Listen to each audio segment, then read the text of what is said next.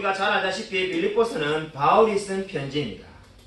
신약 성경에 바울이 쓴 편지는 대체로 편지를 받는 수신자 교회에 문제가 있기 때문에 편지를 쓴 겁니다. 예를 들어서 골로새서는 골로새 교회에 있는 영지주의 문제를 해결하기 위하여 골로새서를 썼습니다. 그리고 갈라디아서는 갈라디아 교회에 있는 율법주의가 만연해 있는 문제를 해결하기 위하여 편지를 쓰게 되었습니다. 고린도서는 고린도 교회는 더 심각하였죠. 보면은 거기에는 정말로 종합병원이라고 말할 만큼 음행, 소송, 우상제물 여러 가지 문제가 복합적으로 있었습니다. 그러한 문제를 해결하기 위하여 편지를 썼습니다. 오늘 빌립보서는 지금 어떻습니까? 바울이 1장 9절부터 11절에 빌립보 성도를 향한 간절한 기도를 세 가지로 드렸습니다. 그렇다면 이제 우리가 어떤 생각이 듭니까? 바울 자신을 위해서 기도할 차례가 아닌가 하는 생각이 들게 될 겁니다. 저도 그렇게 기도합니다만은 다른 사람을 위하여 먼저 중보기도를 하고 나면은 이제 본인에 대한 기도를 합니다. 그래서 분명히 본인에 대한 기도가 이제 나와야 될 차례이고 아마 그 기도는 우리가 쉽게 추측할 수 있는 것처럼 감옥에서 나가게 해달라고 기도할 거라는 생각이 들게 됩니다. 근데 놀랍게도 오늘 읽은 우리 1장 12절 말씀을 보면은 바울은 확신을 가지고 이렇게 담대하게 고백하고 있습니다. 형제들아, 내가 당한 일이 도리어 복음 전파의 진전이 된 줄을 너희가 알기를 원하노라. 이렇게 말을 하고 있습니다. 자기가 당한 일이 뭡니까? 감옥에 갇히게 된 겁니다. 억울하게 복음을 전했다는 이유로 지금 감옥에 들어와 있습니다. 그러면 우리 같으면 어떤 생각이 듭니까? 주님, 내가 억울합니다.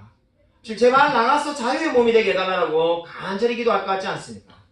근데 바울은 지금 오히려 기쁜 사람인 양 나의 당한 일이 복음 전파의 진전이 되었다라고 말을 하고 있습니다. 여러분, 진전이 뭡니까? 이 진전이라는 단어는 원래 군사 용어였습니다. 지금은 우리가 어디를 가도 길이 잘 닦여 있습니다. 시골을 가도 이제 비포장도를 만나기가 쉽지가 않습니다. 근데 이 시대는 지금으로부터 2000년 전에 로마 시대입니다. 우리가 로마가 전쟁에서 늘 승리하였다고 하는데 로마가 전쟁에서 승리하려면은 먼저 없는 길을 만들어야 되었다고 합니다. 당시에 길이 없으니까 먼저 이 공병부대가 가가지고 길을 만듭니다. 그 길을 따라서 전차부대가 가서 다른 나라를 침략하는 겁니다. 그러니까는 먼저 길을 만들어야 되는데 없는 길을 만드는 거, 돌을 치우고 나무를 베고 그렇게 해서 길을 만드는 때 사용하던 단어가 바로 진전이라는 단어입니다. 그러니까 없는 것을 성공하기 위하여 만드는 단어가 바로 진전이라는 거죠. 근데 그 단어를 지금 바울이 쓰고 있습니다. 지금 바울이 감옥에 갇힌 일이 복음을 전하는데 걸림돌이 되었던 그 수많은 것들을 다 제거하게 되었다는 겁니다. 여러분, 어떻게 이렇게 고백할 수가 있습니까? 오히려 우리가 보기에는 바울이 감옥에 간 것이 복음에 대한 진전이 아니라 퇴보라는 생각이 들지 않습니까? 아니, 밖에 자유롭게 활동할 수 있어야 예수를 전할 수 있지. 여러분, 제가 오늘부터 가택연금을 당해가지고 집 밖에 나올 수 없다면은 복음을 전하는데 뭐가 도움이 되겠습니까? 근데 바울은 오히려 복음의 진전이 되었다라고 말을 하고 있습니다.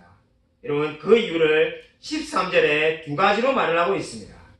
13절에 보시면은 바울이 복음 전파의 진전이 되었다라고 말을 하는데 그 이유가 두 가지가 있습니다. 첫 번째 이유는 바로 자신의 매임이 그리스도 안에서 모든 시대 안에게 은혜를 끼쳤다는 겁니다.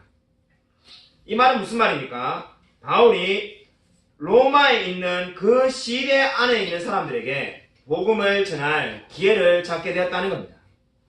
당시에 기록을 보면은 시대들은 사교대로 일을 했다고 합니다. 그러니까 24시간을 사교대로 일하니까 자꾸 두세 명의 사람들이 바뀌게 되는 거죠. 그 바뀌는 시대에게 끊임없이 복음을 전할 계기로 삼았다는 겁니다. 그뿐만 아니라 바울의 지금 이 상태가 어떤 상태입니까? 제목을 정해야 됩니다. 우리가 새벽기도 때 큐티를 사도행전을 해서 새벽기도에 큐티를 하신 분은 알 겁니다. 바울이 지금 상소를 해서 제목이 정해진 게 아닙니다. 바울이 지금 로마 시민권자이기 때문에 이제 가이사에게 상소를 했고 그 제목을 정확하게 정해야 됩니다. 그 일을 누가 하겠습니까? 황제에게 고난을 대행받은 고위관리들이 바울을 좋아하든 좋아하지 않든 찾아와서 대화를 해야만 합니다.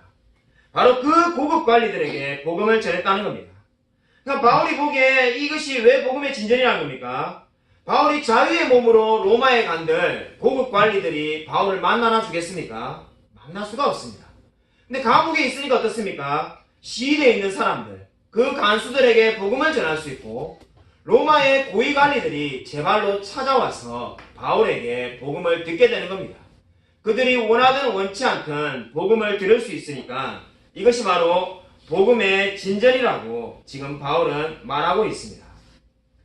두 번째로 지금 바울이 복음의 진전이 된 이유를 13절에 보시면은 그 밖에 모든 사람에게 나타났다 이렇게 말을 하고 있습니다. 우리가 시대 안에 있는 사람들에게 복음을 전하고 복음의 진전이 되었다는 것은 이해하기가 쉽습니다. 근데 그 밖에 모든 사람에게 어떻게 복음을 전한다는 겁니까? 바울이 지금 감옥에 있는데 어떻게 지금 오히려 그 밖에 있는 사람들에게 복음을 전할 수가 있겠습니까? 그 이유는 바울이 감옥에 있으므로 복음을 제대로 전할 수가 없습니다. 그러니까는 누가 열심히 복음을 전하기 위해서 뛰게 됩니까? 감옥에 있지 않는 바울의 동료들이 그 마음에 열심히 샘솟습니다. 우리가 바울의 목까지 복음을 전하자. 이제 바울은 복음을 전할 수 없으니까 우리가 대신해서 전하자 해서 바울이 동료들이 열심히 복음을 전하였다고 합니다. 지금 13절에 있는 말씀은 그 말씀을 하고 있습니다. 그 밖에 모든 사람들에게 복음이 나타났다는 게 뭡니까? 이제 바울의 영적인 지체들이 바울의 목까지 끊임없이 복음을 전하고 있습니다. 그렇기 때문에 이 두 가지 이유로 바울은 감옥에 들어간 일이 안 좋은 사건이 아니라 오히려 복음의 진전이 되었다고 말을 하고 있습니다. 여러분 오늘 13절과 14절을 주목하여 보십시오. 13절과 14절을 주목하여 보시면은 나의 매임이라는 말이 두 번에 걸쳐서 반복적으로 나오고 있습니다. 여러분 저는 이 바울의 고백을 매임의 은혜라고 부르고 싶습니다. 여러분 매임의 은혜가 무엇입니까? 많은 사람들은 어딘가 구속받는 것을 싫어합니다. 대부분의 사람들이 인생에서 꿈꾸는 것은 내가 먹고 싶은 대로 먹고 내가 하고 싶은 대로 하고 내가 가고 싶은 대로 가며 살아가는 겁니다. 그런데 성경은 정반대로 지금 바울이 매임의 신앙을, 매임의 은혜를 이야기하고 있습니다. 아마 자유롭게 살고 싶은 우리가 자유로운 영혼이라는 사람들에게는 이러한 매임은 아마 끔찍한 단어일 겁니다. 그런데 성경은 오늘 어떻게 말합니까? 이 매임이 신앙 성장을 위한 가장 중요한 표현이라고 말을 하고 있습니다. 여러분 매임의 은혜를 잘 알아보기 위해서 성경 구절을 한 구절 찾아보도록 하겠습니다. 마가복음 8장 34절입니다. 우리 마가복음 8장 34절을 한번 찾아보도록 하겠습니다. 우리 수요 예배 때 지금 마가복음을 강의 중에 있는데 8장까지 아직 가지 않았습니다. 우리 8장 34절을 한번 보도록 하겠습니다. 신약성경 67면에 있습니다.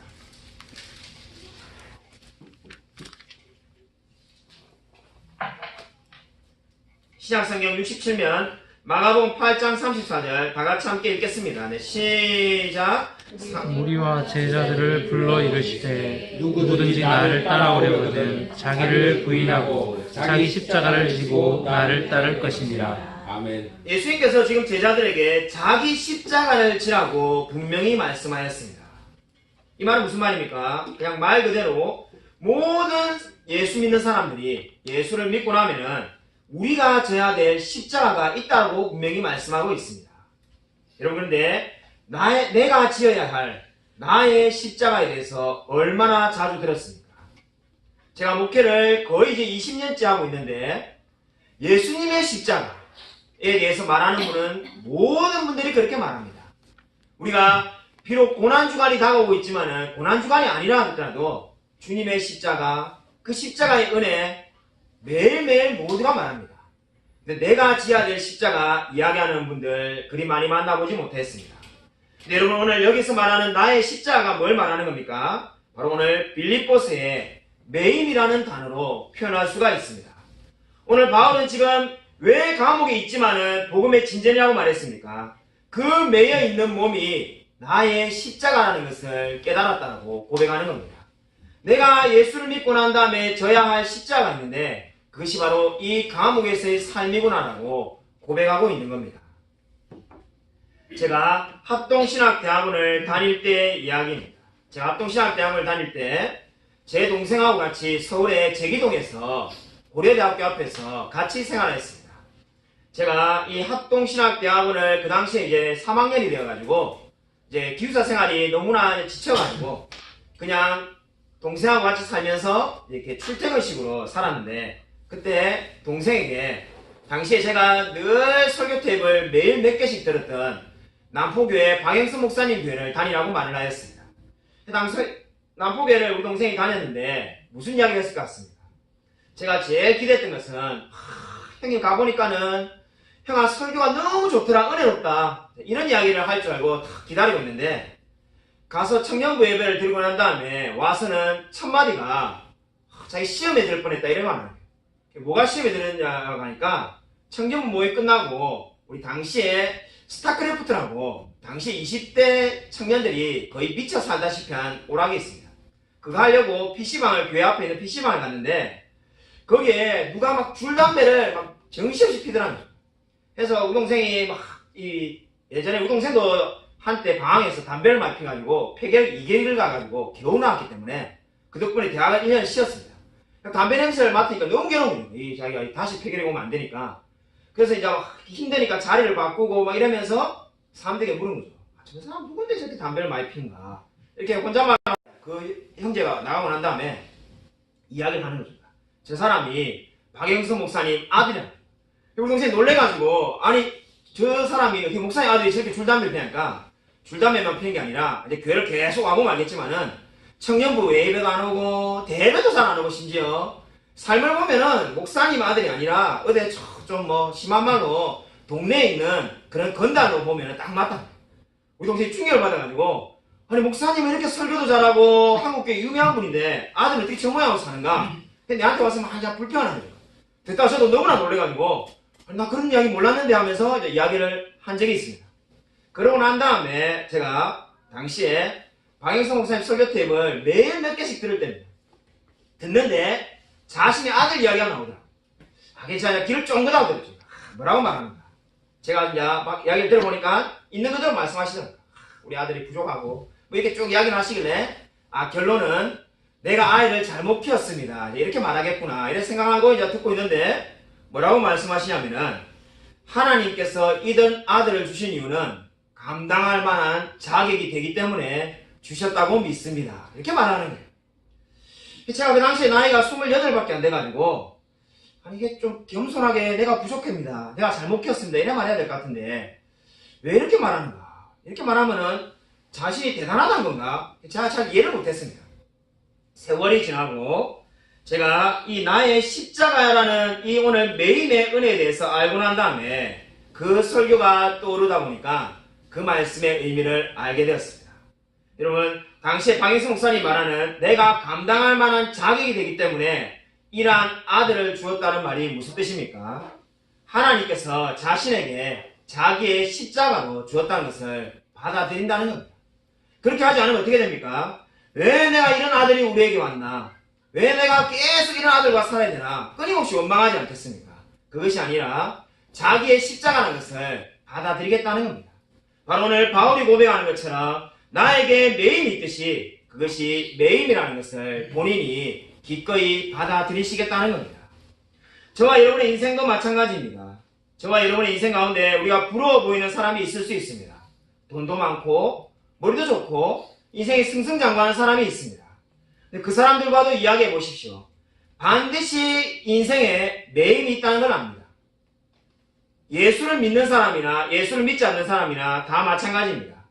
모든 것이 완벽하게 돌아가는 인생은 결코 아무도 없습니다. 모든 사람에게 하나님이 자신의 십자가를 주었습니다. 매임이 있는 사람들이 모든 다 마찬가지입니다. 중요한 것은 무엇입니까? 매임은 모두에게 있는데 그것을 기쁘게 자기의 십자가를 감당하는 사람이 있고 어떠한 사람들은 그것을 계속해서 외면하며 자기 십자가를 지기 싫어하는 사람이 있을 뿐입니다. 여러분, 오늘 바울은 감옥 생활을 감당할 수 있는 사람이기 때문에 감옥에 갇혀 있다고 지금 믿고 있는 겁니다. 자신이 지금 감옥에 갇혀서 불평을 하거나 원망을 하고 있지 않습니다. 정말로 주님께서 이 감옥에 갇히게 하신 것이 복음의 진전이 되었다고 감사하고 있습니다. 저와 여러분에게 이 바울이 감옥에 갇힌 것처럼 우리 삶에도 아마도 매임이 있을 겁니다. 혹시나 그 매임이 여러분 너무나 싫지 않습니까? 때로는 원망스럽고 거기에서 회피하고 싶지는 않습니까? 여러분, 그 매임을 사랑하십시오. 나의 십자가를 사랑하십시오. 하나님께서 실수해서 우리에게 십자가를 주신 것이 아닙니다. 그렇게 그 십자가를 사랑하며 나아갈 때 복음의 진전이 일어나게 된다라고 오늘 성경은 말씀하고 있습니다. 여러분은 여러분의 십자가를 기쁜 마음으로 감당하고 있습니까? 여러분, 오늘 20절과 21절 말씀을 보도록 하겠습니다. 우리 20절과 21절 말씀을 다시 한번 읽겠습니다. 우리 20절, 21절 같이 한번 읽겠습니다. 네, 시작. 나의 간절한 기대와 소망을 따라 아무 일에든지 부끄러워하지 아니하고 지금도 전과 같이 온전히 담대하여 살든지 죽든지 내 몸에서 그리스도가 온전하게 되게 하리니 이는 내게 사는 것이 그리스도니 죽는 것도 유익함이라. 아멘. 여러분, 바울은 지금 어떻게 말합니까? 우리 오늘 지금 12절, 13절, 14절을 보고 난 다음에 우리가 깊이 살펴보지 않았던 16절 이하에 수많은 사람들이 자기를 괴롭게 하지만은 바울은 자신이 아무 일에든지 부끄럽지 아니하고 부끄러워하지 아니하며 살아간다라고 지금 고백하고 있습니다. 여러분, 오늘 이 부끄러워하지 아니하고라는 이 말에 주목하여 보십시오. 부끄럽다는 말은 우리가 수치스럽지 않다, 이런 의미로 받아들이기 쉽습니다. 지금 오늘 부끄러워하지 아니하고라는 이 말은 수치스럽지 않다라고 여러분 생각이 쉬울 겁니다. 마치 요즘 유행하는 미투 운동처럼 내가 수치스러운 일을 하지 않아서 그러한 것을 당하지 않겠다는 다짐 정도로 들리기가 쉽습니다. 그러나 여기서 말하는 부끄러워하지 아니하고는 수치스럽지 않다가 아닙니다. 여러분, 이 말씀의 원래의 의미는 낙심치 아니하고입니다. 그러니까 지금 바울은 어떻게 말하고 있는 겁니까? 내가 아무 일이든지, 지금 이 아무 일은 뭘 말합니까? 바울에게 끊임없이 괴롭히는 사람들이 있습니다. 그리고 자신이 감옥에도 갇히고 힘든 상황이 계속 다가옵니다. 그 다가오는 상황 속에서 어떻게 하겠다는 겁니까? 낙심하지 아니하겠다라고 말을 하고 있습니다. 부끄러워하지 않는다는 말이 낙심하지 않는다는 뜻입니다. 그러니까 바울이 지금 하고 싶은 말은 그 어떠한 일이든지 바울은 낙심하지 않겠다는 겁니다. 어떻게 낙심하지 않을 수가 있습니까? 그 앞에 한 단어가 같이 따라오고 있습니다. 소망을 따라서 낙심하지 아니하겠다라고 말을 하고 있습니다. 여러분, 성경을 가만히 우리가 보면은 낙심이라는 단어가 나올 때 반드시 소망이 따라 나온다는 것을 알게 됩니다. 여러분, 그냥 낙심이 있지 않습니다. 여러분, 한번 성경 찾아볼까요? 로마서 5장 5절을 한번 찾아보도록 하겠습니다. 로마서 5장 5절입니다. 로마서 5장 5절입니다. 신약성경 245면에 있습니다.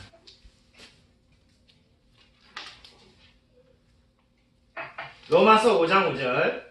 우리 함께 읽도록 하겠습니다. 시작. 소망이 우리를 부끄럽게 하지 아니하면 우리에게 주신 성령으로 말미암아 하나님의 사랑이 우리 마음에 부은 바 되리니. 여러분, 여기 부끄럽지 아니하고가 또 나오고 있습니다. 여기서 말하는 부끄럽지 아니하고가 역시 낙심치 아니하고입니다. 개혁성경은 낙심치 아니하고를 대체로 지금 부끄럽지 아니하고라고 번역하고 있습니다. 근데 뭐가 같이 나오고 있습니까? 소망이라는 단어가 역시 같이 등장하고 있습니다. 그러니까 이 말씀이 지금 어떻게 의미하고 있는 겁니까? 저와 여러분에게 낙심이 될 만한 사건이 나타날 때 하나님은 소망을 바라보라는 겁니다. 소망과 낙심치 아니하는 것이 늘 함께 가고 있습니다. 아마 우리 마음 가운데에 끊임없이 걱정과 염려가 찾아올 겁니다.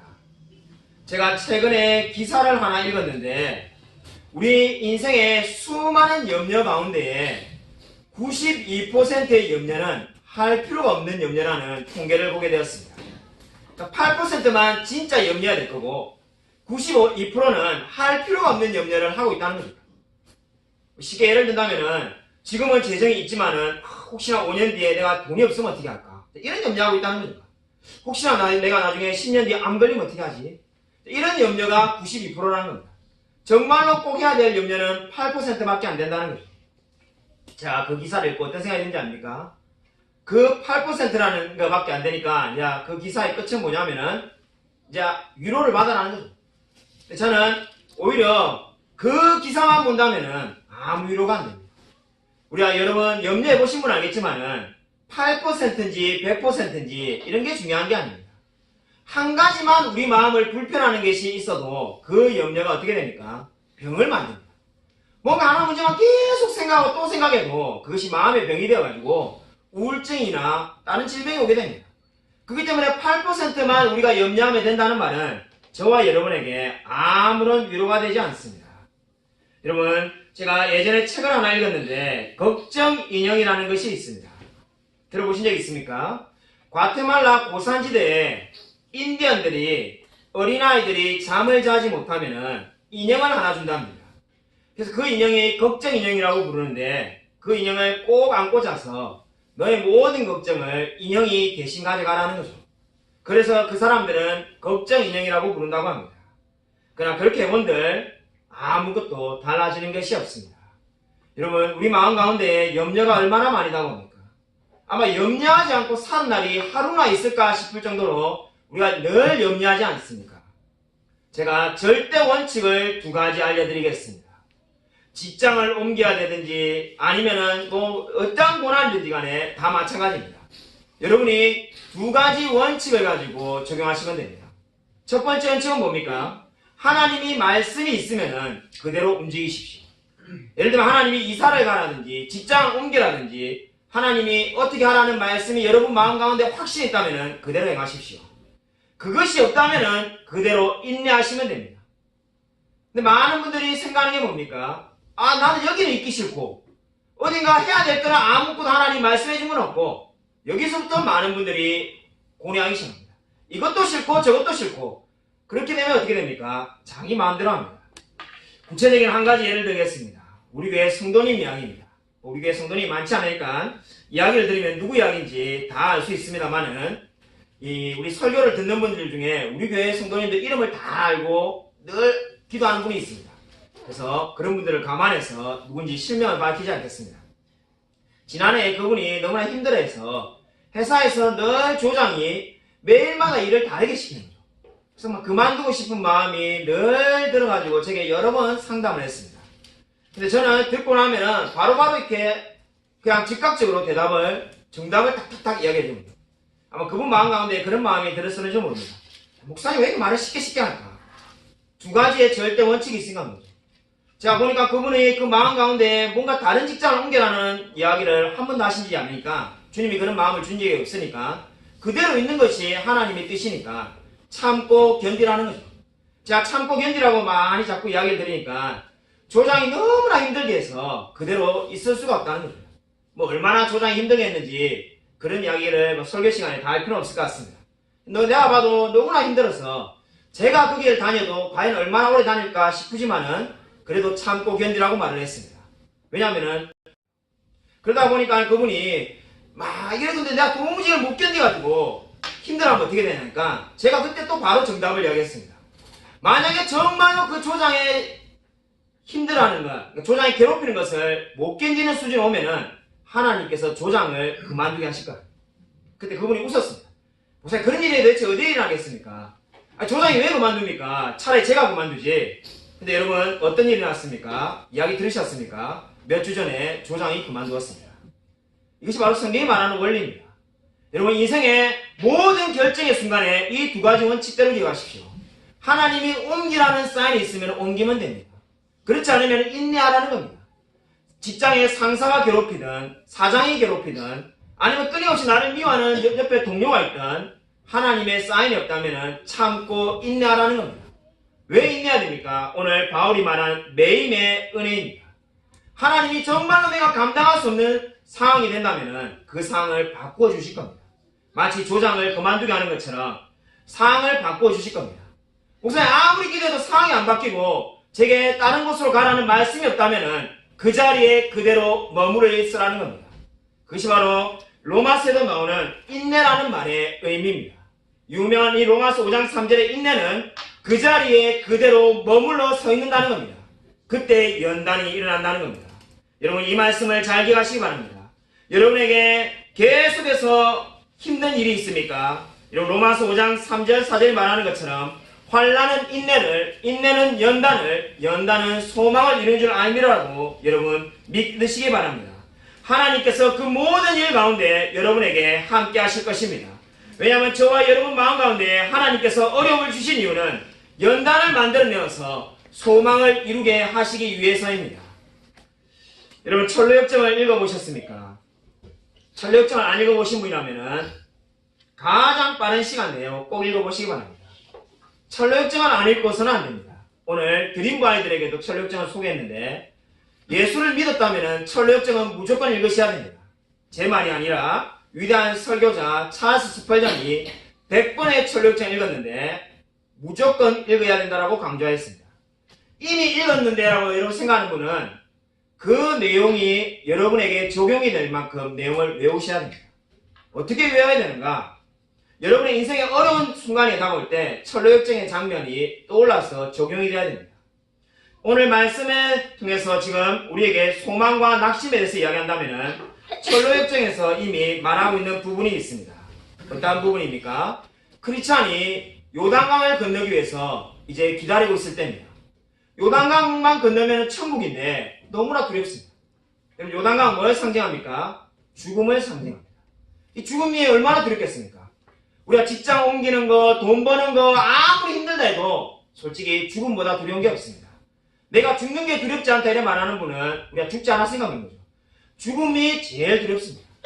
근데 그 크리스찬이 그 죽음을 너무나 두려워합니다. 그래서 밤에 간절히 기도하죠. 철로역정 이야기가 어떻게 전개됩니까? 요단강에 들어가 보니까 어떻습니까? 아무렇지 않은 것처럼 그냥 지나가게 됩니다. 그래서 철로역정의 크리스찬이 어떻게 고백합니까? 소망이 있으니까 죽음이 두렵지 않더라는 겁니다. 이것이 저와 여러분에게 주는 영적인 교훈입니다. 여러분 소망을 붙들면 낙심을 이길 수가 있습니다. 여러분 오늘 교회 나오기 전에 여러분 마음 가운데 낙심이 있습니까? 소망을 붙드십시오. 오늘 성경에 끊임없이 낙심과 소망이 늘 같이 나온다는 것을 기억하십시오. 소망을 붙드는 한 결코 여러분 마음에 낙심이 자리 잡을 수가 없습니다. 여러분 오늘 하나님께서 저와 여러분에게 말씀하는 바가 무엇입니까? 소망을 붙들라고 말씀하고 있습니다. 여러분 1장 21절로 보십시오. 다시 빌립보서로 돌아오셔서 1장 21절에 바울이 말하는 위대한 고백이 나옵니다. 저도 좋아하고 아마 우리 많은 성도님들이 암송하며 좋아할 말씀일 겁니다. 1장 21절에 내가 사는 것이 그리스도니 죽는 것도 유익합니다. 이렇게 말씀하고 있습니다. 여기서 내게 사는 것이 그리스도란 말이 어떠한 의미를 담고 있습니까? 한마디로 말해서 이 말을 제가 쉽게 이렇게 표현할 수 있습니다. 우리가 가끔 이런 말을 하죠. 너 무슨 재미로 사니? 그러면은 우리 젊은 사람은 자기 좋아하는 스포츠나 레저 활동하는 재미로 산다고 말하고 결혼하신 분들은 자식 키우는 재미로 산다는 분도 있고 또 각각의 연세 드신 분은 또 그대로 또 재밌는 게 다 있습니다. 사는 재미가 여러분 어떤 재미로 살고 있습니까? 근데 지금 바울에게 만약에 누군가 너는 감옥에 있는데 무슨 재미로 사니라고 물었을 때 바울이 뭐라고 우리가 대답했을 것 같습니까? 바로 이 21절과 같이 나는 그리스도 때문에 재미있게 산다라고 대답했을 거라고 저는 믿고 있습니다. 바로 바울은 예수 믿는 재미에 사는 사람이었습니다. 내게 사는 것이 그리스도니라는 이 말씀은 예수 믿는 재미에 푹 빠져 산다는 겁니다. 여러분 그러한 기쁨 가운데 살고 있습니까? 중국의 타고난 성경학자, 제 입장에서는 중국이 낳은 가장 뛰어난 성경학자가 워치만이라고 봅니다. 나는 나 자신을 위해서는 아무것도 원치 않는다. 그러나 그리스도를 위해서는 모든 것을 원한다는 말씀을 워치만리가 그의 생애에 종종 하고나 했습니다. 여러분 이 말씀을 꼭 기억하십시오. 나는 나 자신을 위하여 아무것도 원치 않는다. 그러나 그리스도를 위해서는 모든 것을 원한다. 그것이 바로 오늘 1장 21절이 말하는 내게 사는 것이 그리스도란 말의 의미입니다. 위대한 설교자 마틴 로이드 존스 목사님이 영국 왕실 의사라는 그 직책을 버리고 목회자가 되었습니다. 그때 한 사람이 놀라서 이렇게 물었다고 합니다. 아니 그 좋은 자리를, 이제 인생에 성공만 남아있는 왕실 의사를 어떻게 포기하고 목사가 되었습니까? 월급을 10분의 1로 작게 받게 되었다고 합니다. 그래서 너무나 대단합니다라고 그 사람이 말했을 때 로이드 존스 목사님이 이렇게 말을 했다고 합니다. 나는 예수님 위해서 포기한 것이 아무것도 없습니다. 그러나 예수님은 나를 위해 모든 것을 포기하였습니다. 근데 제가 왜 의사직을 포기하지 못하겠습니까? 여러분 그렇습니다. 내게 사는 것이 그리스도라는 말이 무엇을 의미합니까? 나를 위해 모든 것을 내어주신 그 예수 그리스도를 위하여 살기로 다짐하는 겁니다. 내가 이제 예수 그리스도를 위해서 나의 모든 욕망과 정욕은 십자가에 못 박았노라고 고백할 수 있는 사람이 바로 내게 사는 것은 그리스도라고 고백하는 사람이 되는 것입니다. 여러분 진정으로 이런 고백이 있습니까? 제가 새벽마다 늘 기도하는 똑같은 말이 있습니다. 새벽기도 오시는 분들은 다 알 겁니다. 제가 마치 암송에서 말하는 것처럼 늘 똑같이 말하는 말씀 구절이 있는데 바울이 말한 내가 날마다 십자가에 죽노라는 그 말을 제가 늘 기도 때 말합니다. 그렇게 하는 이유가 어디 있습니까? 물론 강대상에 서서는 안 하고 제 혼자 밑에 내려가서 기도할 때 내가 바울의 고백처럼 내가 날마다 죽노라고 고백하는 그런 사람이 되게 해달라고 기도하는 이유가 바로 여기에 있습니다. 내게 사는 것이 그리스도니 죽는 것도 유익함이라는 마음을 늘 가지게 해달라는 겁니다. 음악의 아버지 바하의 이야기입니다. 우리 오늘날 많은 사람이 그의 훌륭한 업적만을 존경하지만은 사실 바하의 인생이야말로 매임의 은혜를 알 수 있는 그러한 사람이었습니다. 요한 세바스티안 바하는 10세 때 고아가 되었습니다. 가난한 집안 형편 때문에 생활비를 벌기 위해서 수많은 일을 해야만 했다고 합니다. 그는 음악 액정에 재능이 있어가지고 바이올린, 오르간 등을 연주해서 돈을 벌었지만 늘 돈이 부족하였다고 합니다. 그 당시에도 음악하는 사람이 수입이 넉넉지 않았는데 고생을 많이 했는데 특별히 바하가 제일 많이 고생했다고 합니다. 결혼한 지 이제 13년이 되었을 때 첫 번째 부인이 사망하고 재혼을 하게 되었습니다. 두 번의 결혼을 통해서 무려 20명의 자녀를 낳게 되었는데 그 중에 10명의 자녀가 병이 들어가지고 다 죽게 되었다고 합니다. 특별히 바하는 말년에 시력을 잃어가지고 뇌출혈까지 왔다고 합니다. 그래서 고생하다가 숨을 거두게 되었다고 합니다. 근데 그는 늘 한평생 하나님만을 생각해서 그가 작곡한 모든 곡에는 그의 첫머리에 그리스도의 이름으로라고 늘 적어놓았다고 합니다. 그리고 작곡한 곡 맨 마지막에는 오직 하나님께 영광이라고 기록했다고 합니다. 이것이 무엇을 말합니까? 그의 인생은 매일매일 삶이었습니다. 늘 고난이 있고 가난하고 힘들었지만은 그리스도의 이름으로 하나님께 영광을 돌리며 산 사람이 세바스티안 바하였습니다. 여러분 오늘 성경이 무엇을 말하고 있습니까? 저와 여러분에게도 매임이 있습니다. 인생을 편안하게만 살 수 있는 사람은 그 누구도 없습니다. 왜냐하면 하나님이 그렇게 역사하지 않습니다. 저와 여러분에게도 매임이 있을 겁니다. 십자가가 있습니다. 여러분 하나님께서 저와 여러분에게 원하시는 것이 무엇입니까? 그 매임 가운데도 내게 사는 것은 그리스도니 내가 날마다 하나님만 의지하며 살아가야 되겠다고 다짐하며 살기를 원하고 계십니다. 사랑하는 여러분, 무엇을 위해 살아가고 있습니까? 아무쪼록 우리를 구원하신 주님께 감사하며 오직 주님의 영광을 위해서 살아가는 저와 우리 모든 성도님이 되시기를 주님의 이름으로 간절히 축원드립니다. 이 시간